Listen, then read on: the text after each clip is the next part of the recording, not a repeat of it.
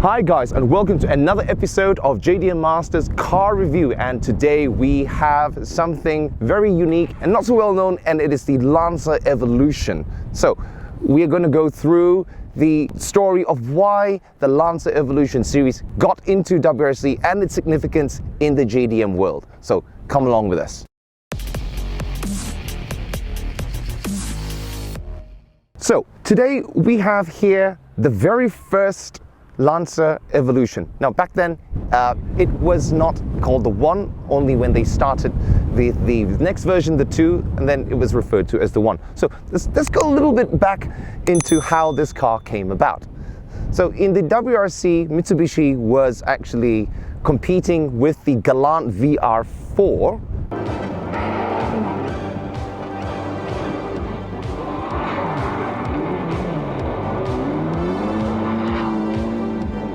Before this car, and this was the late 80s, and they came out from Group B and they used the Chariot, which was another completely different car. Now, a little bit about the Lancer itself. It started in the rally with the very first version, 1973. It won the Southern Cross Rally, and that was a rear-wheel drive NA car. And after the 1973 original Lancer, they fielded a very squarish looking 1983 Lancer EX Turbo. So it was rear-wheel drive, had a turbo. After they went to the Chariot, and then when the Group A regulations came about, then they started using the four-wheel drive turbo four.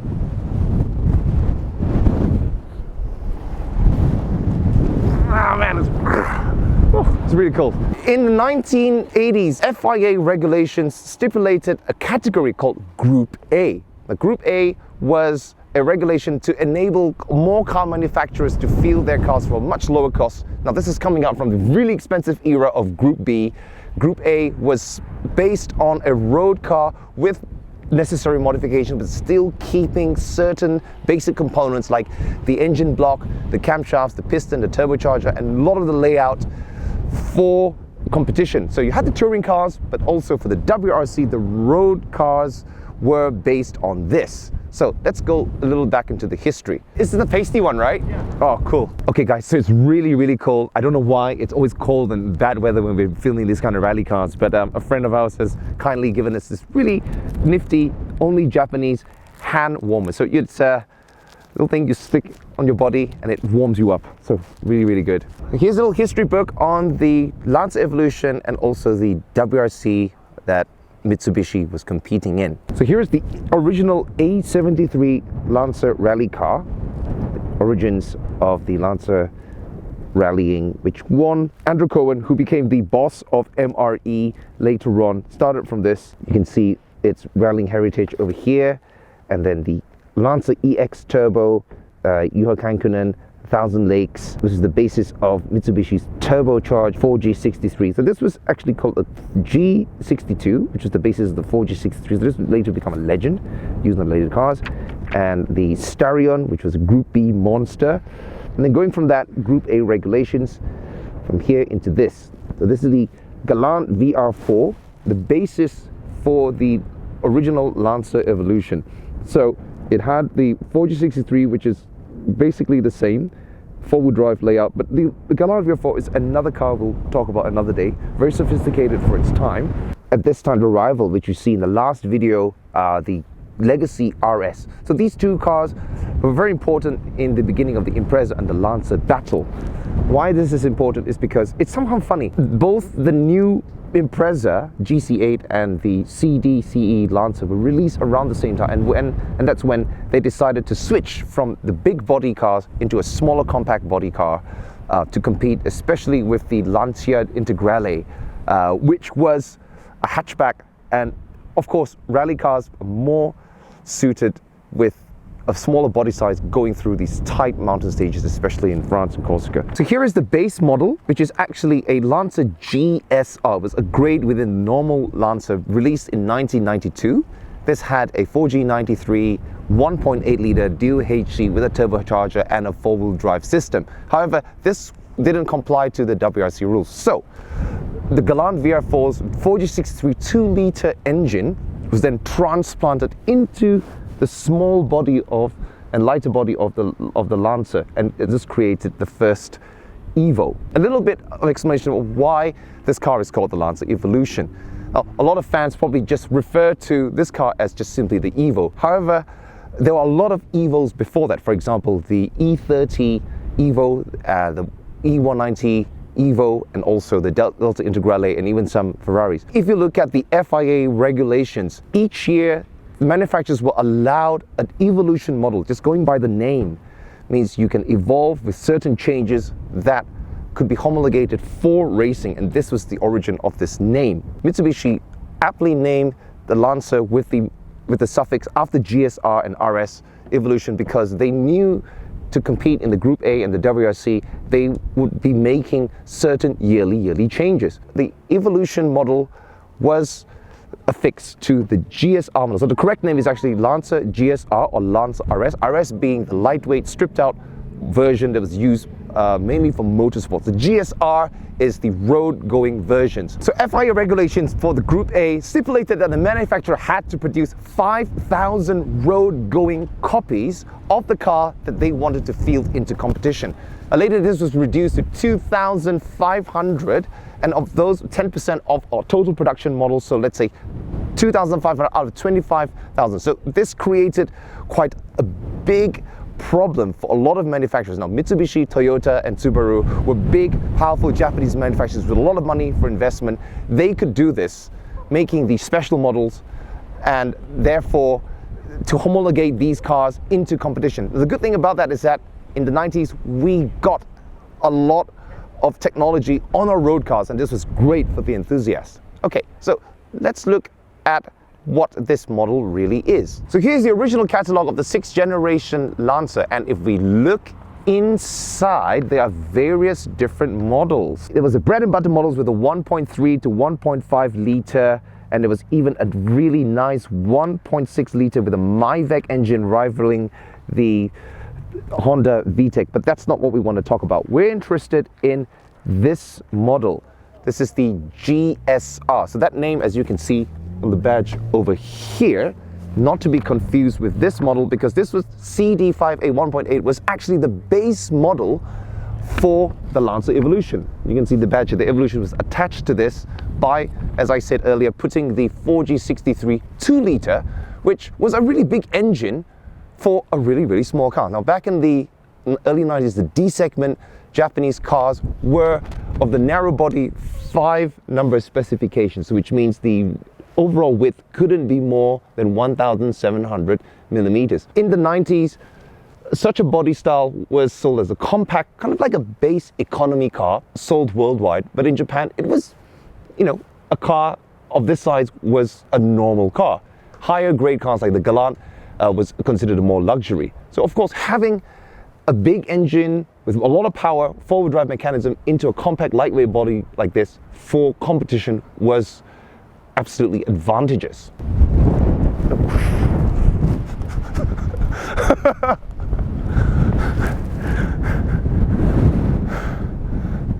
The white demon.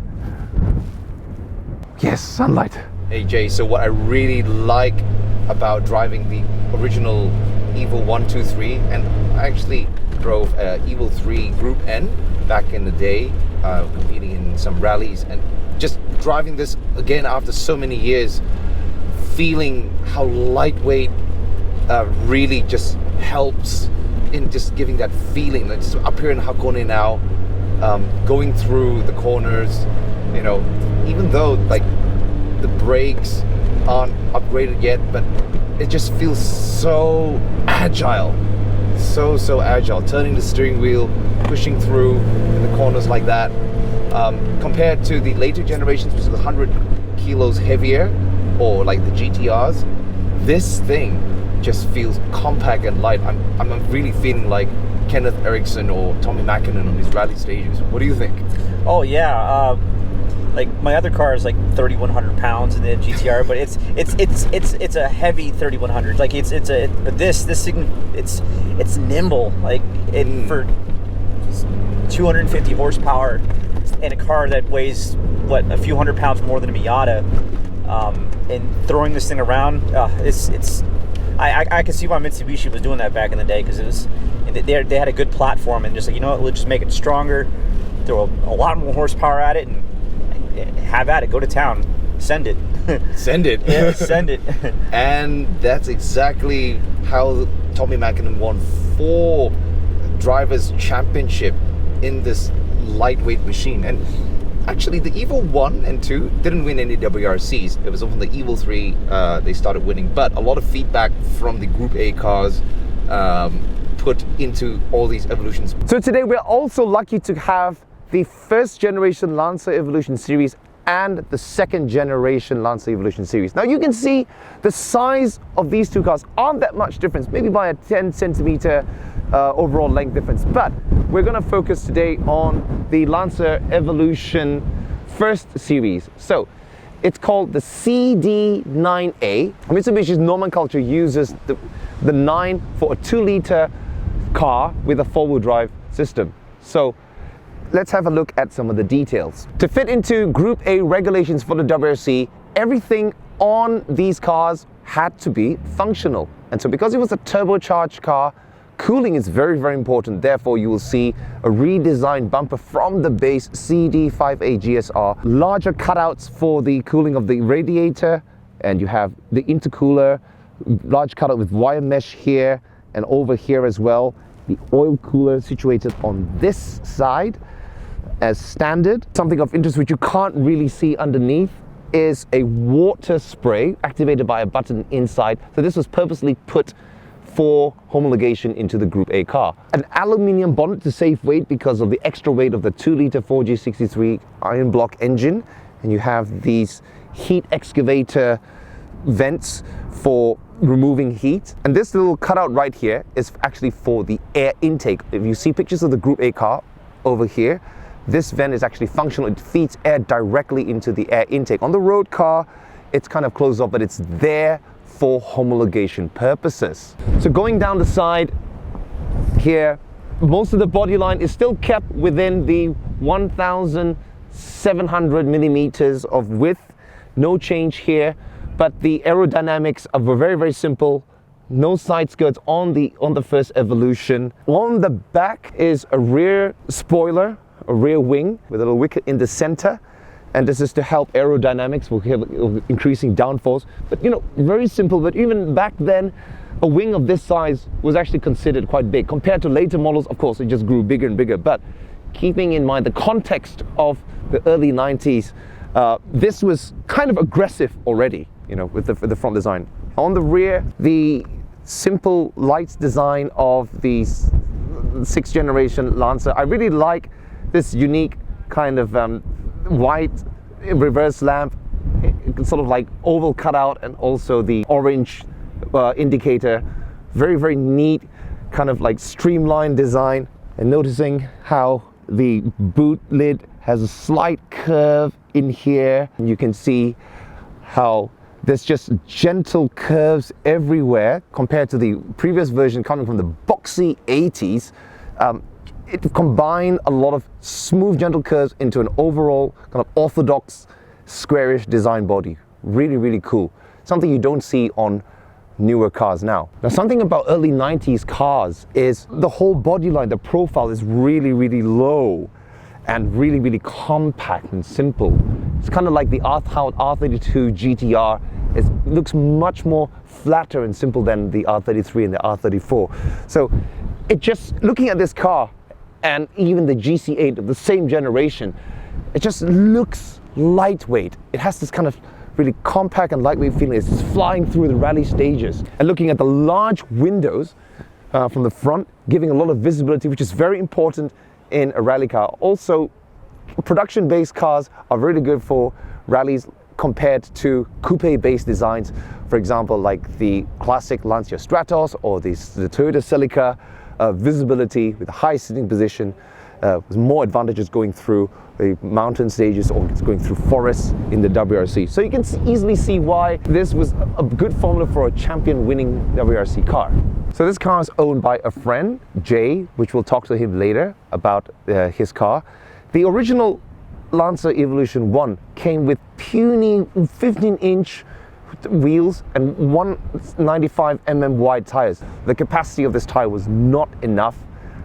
In fact, it created understeer, and so cleverly Jay has upgraded to really nice 215 40 profile 16-inch OZ wheels, really fitting of that WRC image, and with these much better tires, the S drives, just makes the car turn really well. You can see it's low. The suspension is low. He's got BC coilovers, and we just took a little drive on the car coming on the way up here. The damping is absolutely good. The rebound, making the car on the front and the rear, the weight distribution really level, coming out of the corners was really nice. Now, the weaknesses of the original design was that the suspension damping was still kind of bouncy, rear would squat a little, and the biggest problem with WRC cars is the stroke. So let's have a look at the suspension design. So here in the Mitsubishi Lancer Evolution's owner's Bible, it's a complete detail and very beautiful diagrams of the original Lancer Evolution. The front suspension is a conventional McPherson struts. As you can see here, very similar from 1 all the way to 6, in fact all the way to 10 as well. But what of interest is the rear suspension, called Multi-Link by Mitsubishi. It is actually a double wishbone base design with a trailing arm. So this was carried from the CD5A 1.8 liter GSR, and also a little bit different from the Galant. Later evolutions, as we can see here, has a more true double wishbone suspension. But let's have a look at this one right now. The Multi-Link was something revolutionary back in the 90s because it consisted of a trailing arm with additional control arms for controlling camber and toe and caster for rigidity. So let's have a look at the real car. We can see what it is. So here we are looking underneath the skirt of the Lancer Evolution 1. Trailing arm based rear double wishbone Multi-Link suspension. You can see how beefy or thick these control arms are, and the drive shaft going in there, the BC coilovers. Let's have a look at the top. This is the top mount of the rear suspension. It's relatively short stroke, which doesn't give it a lot of advantage, even let's say compared to the Impreza GC8.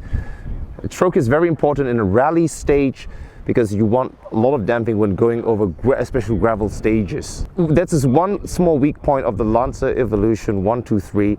In hard dirt stages, the body rigidity in this area could be a lot improved by putting a rear strut bar. Now obviously on the RS models, it would come with the rear strut bar and even a rear trunk bar to stiffen up the rear, which is a weak point of these sedan-based models. But the body is also a lot improved from the standard model. So Jay's got a lot of his tools and even the original steering wheel here from the Lancer Evolution, mint condition. We're gonna talk to him later about how he got the car in such a good condition. So anyway, as I was mentioning, the body chassis was also stiffened quite a lot from the original base model, and one of the key things which you can see very clearly right here is this V-brace connected to the rear firewall, and this gave a lot of increased needed rigidity for these rally cars. Unfortunately, you can't have a fruit seat to put your skis or whatever. This was one point that really improved the rigidity. On the RS models, it came optional, but for the road car, especially for users in Japan, probably they didn't want to sacrifice space. And interestingly here, I'm seeing maybe this tire rope here actually increases a bit of rigidity while moving, or just not moving the stuff around. So on the GSR models, especially in Japanese sedan cars, you have the rear wiper, which I think is really useful for on rainy days, on icy days. I don't know why they didn't continue using rear wipers on sedans. Let's have a look at the mechanism of the four-wheel drive system of the Lancer Evolution. Now this is a diagram of the 456, but it's relatively the same. The engine is the other way around. All Lancer Evolutions are front-wheel drive based, transverse mounted with the engine over here and the gearbox normally mounted on the side of the engine also here. But how it turns into a four-wheel drive system is there is a transfer case that is attached to the typical gearbox. So let's have a look at the schematic of the Evolution 1 system. You can see here for the 1, 2, 3 and the 4, 5, 6, here's the engine. It's placed on the left side of the engine looking from forwards, and for the EVO 4, 5, 6, it's on the other side. So the main difference is here. This is the gearbox mechanism, and there is a center viscous coupling called VCU, which is inside the gearbox itself. Now this attaches to a transfer case. This is the transfer case that's mounted onto the gearbox on the side. It splits the torque 50% front, 50% rear, running the propeller shaft like in this, all the way to the rear. And you have an LSD. On the Evolution 1, it's a viscous coupling. From the Evolution 2 onwards, it became a mechanical. And obviously on the 4, with the AYC, as we explained in our previous video. So this mechanism works because it also transfers back drive to the front via a third spline shaft onto the front wheels. And it's got no LSD. From the later versions, there was an very 90s thing, full-time four-wheel drive sticker right here on the glass. You had to tell everyone that you had a full-time four-wheel drive car. But actually, that sticker had another use. If you broke down somewhere and your tow truck came, you can't tow a four-wheel drive car on a normal tow truck where they pulled the front or the rear wheels. A four-wheel drive car has to be transported on a flatbed. So if a tow truck came, they saw the sticker that, oh, okay, we have to call a flatbed to tow this car away.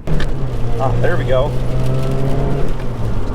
And it's go time. So light, it just accelerates effortlessly. Yeah, it makes you think for a moment, like, oh, focus mode. No, turbo lag. It's really cool. Yeah, it's fun for the package. It's a good, have fun type package car. It just the steering is so light, but also it does give enough feedback. Admittingly, a lot of problems with these older JDM cars, especially with maybe some Toyotas, the steering always feels over-assisted. But I like how there's just enough. Yeah, it's very analog. It's very analog, like, right? You feel the road. You feel the road, yeah. Like today, you have electronic steering and all those assists, and it's you kind of feel like you're kind of left out. Oh yeah, for sure. It feels like it's like a go-kart, but with with a windshield, 4 doors. Everything's mechanical here. You with your BC suspension, big improvement over the normal ones. Most important thing in driving a car fast on back roads and mountain roads, you need to feel where all the 4 tires are. You need to be able to communicate. And the original suspension was it was all right, but as soon as you took a corner like this, it was a bit spongy. It was 25-plus-year-old suspension. Is like. All right, so let's have a look at the 4G63 engine of the Lancer Evolution. Now, obviously, because the car is a little bit old, there's a lot of rust on the exhaust manifold shoe, which happens a lot because rainwater does get in through these vents. Jay said he's going to have it replaced. Let's have a look at the 4G63 engine, which had a lot of interesting and revolutionary technology for even back in the early 80s coming from the Galant. This is the diagram of the cylinder head. You have the camshafts here and the usual valves, the intake valves, the exhaust valves, and the valve springs. What's really interesting is that there is this mechanism situated over here acting between the camshaft lobes and the valve stem. This is a hydraulic lash adjuster which uses oil pressure to constantly adjust the clearance so that it is maintenance free on the valves itself. So you have the timing belt. It's typical of engines made a lot in the 80s and the 90s. Camshaft sprockets and the rocker arms, which are also it's made to adjust with the lash adjusters. As you can see here, the operation of the lash adjusters on full open lift and on closing, and how it adjusts accordingly. Here is a diagram of the cylinder head, typical 16 valve. There is not much change for all the 4G63s, although the 456 was a turn 180 degrees. And so you can't really use the engines from the later ones onto the 123s. Another unique thing about the engine is that it incorporates a balancer shaft. As you can see here from the diagram, it runs off the timing belt and from a secondary belt located near the crankshaft, and this actually cancels out secondary vibrations, making typical with a 4-cylinder engine, and it makes it very, very smooth. Carried over from the Galant VR-4, the 4G63 is a 2-liter long stroke engine with twin cams, 16 valve, very conventional these days, but pretty high tech back in the 80s and coming into the 90s. It has a distributorless style coil pack with conventional plug cords going into the 4 cylinders, and compared to the later versions which had an individual coil pack, so this was still pretty conventional. TD05 turbocharger with increased compression and increased boost, giving 250 horsepower. That's 10 horsepower over the last iteration of the VR4. Now, this combined with a very low weight of 1,260 for the GSR, and even lesser, 70 kilos lesser or more for the RS, gave it a really advantageous power to weight ratio. It's with short wheelbase, and you can see how back in the context of the 1990s supercars of that generation and JDM cars. In fact, the only other car with that much power was the R32 GTR, and so you can see on this video how they compared both of these, and the Lancer Evolution was really fast in a straight line. Before the WRX upgraded to the STI version, this was actually one of the fastest accelerating JDM cars in that era. Now, another interesting thing about this Mitsubishi is that the engine is in the east-west orientation, very much like the Honda B series. In fact, one of the few engines to have this layout. For the later version, they switched back to the west-east configuration, as you can see. From the Lancer Evolution 4, they've turned the engine 180 degrees around to a more conventional layout. This was done for weight distribution and to reduce torque steer. Let's go back to the EVO 1. So as I mentioned earlier, this cutout was used in the WRC Group A cars as an intake for the turbocharger to suck in for the compressor. On the road car, it's a conventional airbox with the inlet near the fender, as you can see here. Batteries placed in the conventional position. Looking here, a big upgrade from the base 1.8 GSR model is a huge brake booster and also an upgraded master cylinder. Another thing about Mitsubishi is also they're a very big company. So Mitsubishi Motors could pull in from the large resources of the Mitsubishi Group, the electric. The turbocharger is made by Mitsubishi Heavy Industries and also used on the first version GC8 WRXs and many other cars. So no surprise that, you know, they would pull all their best resources to, oh my god, this is really windy. I'm just trying to hold this bonnet close. Luckily it's aluminum, so it's pretty light.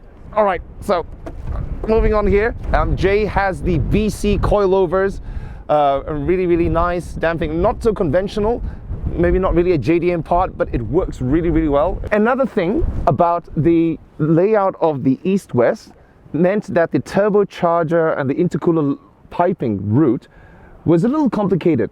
So as you can see from here, this is the top part of the intercooler routing. It comes from the right side and it goes into intercooler and has to go round again. On the later evolutions, it was a more straight conventional like east to west layout. Having this layout meant that the intercooler piping was actually blocking a lot of the space, that airflow going into the radius. Maybe that was one reason why they also changed it. So if you're talking about the intercooler, this size for a road car is actually pretty large. The VR4 and many other turbocharged cars from the 80s had really small and compact intercooler. This was considered pretty big, but it's all for the purpose of homologation for Group A. They had to use the same core and width dimensions for the Group A cars, so therefore on the road car it was utilized into the characteristic flows of the turbocharger. And driving this, even though before introducing twin scroll technology, which was used on the 4, it's fantastic because you hardly feel any lag just revving up from 2,300. Of course, combined with the low weight, really gave it a really torquey mid-range feel, very different from the Skyline GTR back then, and also the Impreza. So let's have a look at the interior of the Lancer Evolution 1. Standard Recaro seats.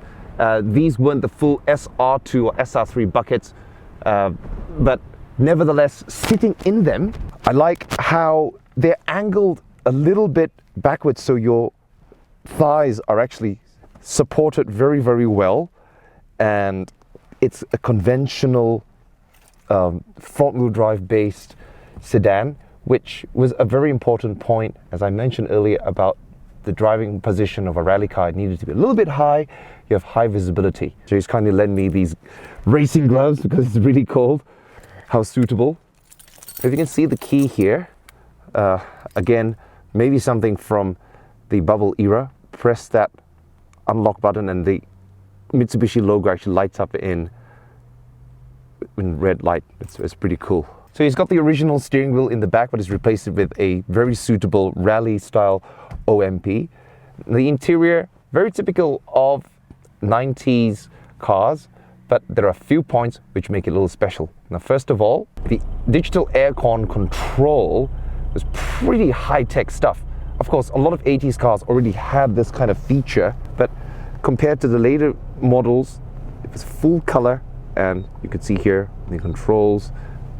Even had a max cool button for that instant cooling down in the hot summer, and full automatic, and you can see the human character here. If you just change this around, and you can have the recirculating and all these different controls.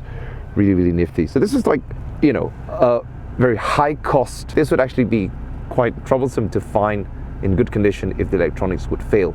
But nevertheless, one of the really cool things about the 90s. Now, he also has the optional triple gauge here with the turbocharger, boost, the oil temperature, and the voltmeter. These are original optional Mitsubishi Motors items that the original owner installed.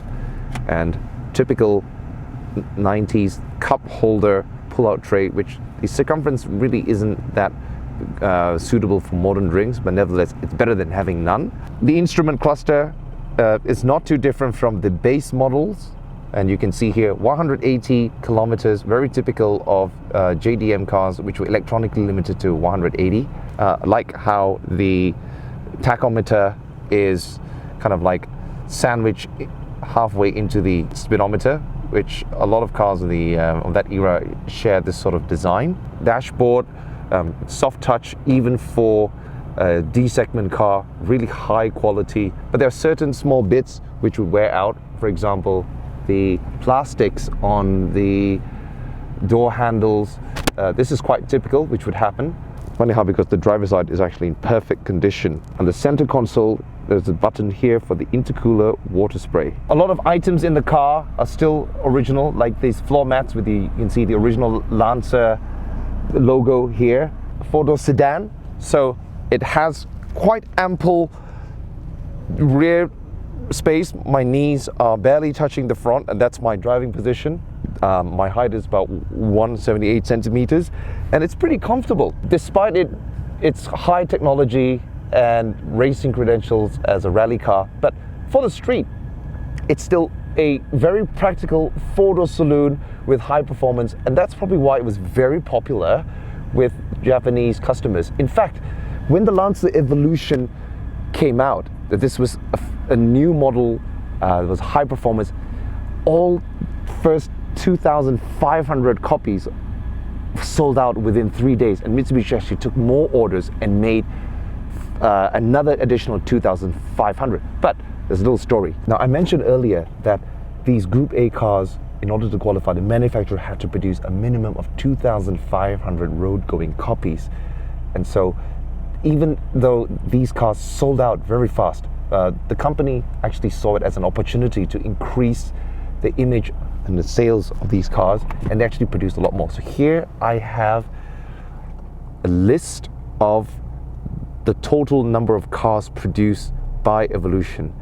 Now, the Evolution 1 was 7,628 copies sold, and you can see here number 2 is 6,000, number 3 10,800, and the most popular and largest in production number was the Lancer Evolution 4, 13,000 over, and all of these right down to the Evolution 10.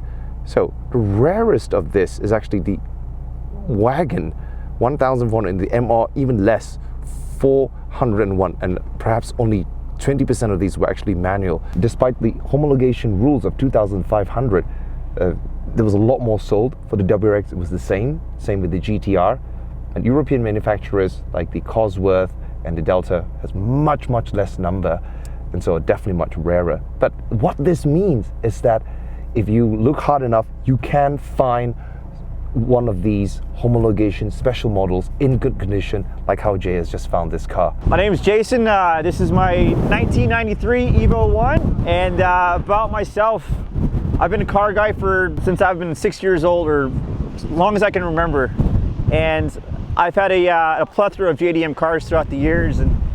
And years ago, I found an EVO 1 back when I lived in Sasebo.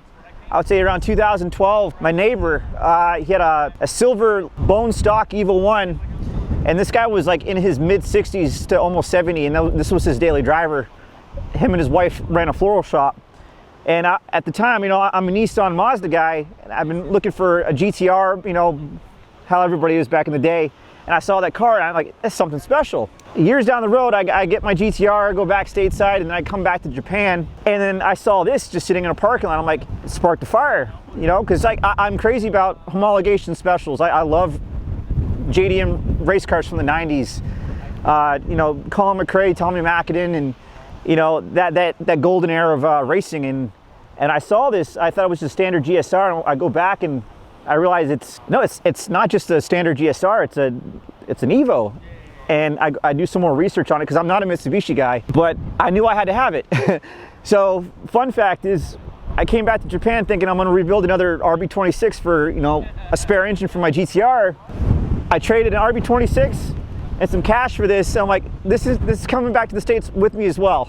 I have to have it. So I'm all about the homologation specials. That's just me. If it's something that was meant for racing, I have to have it.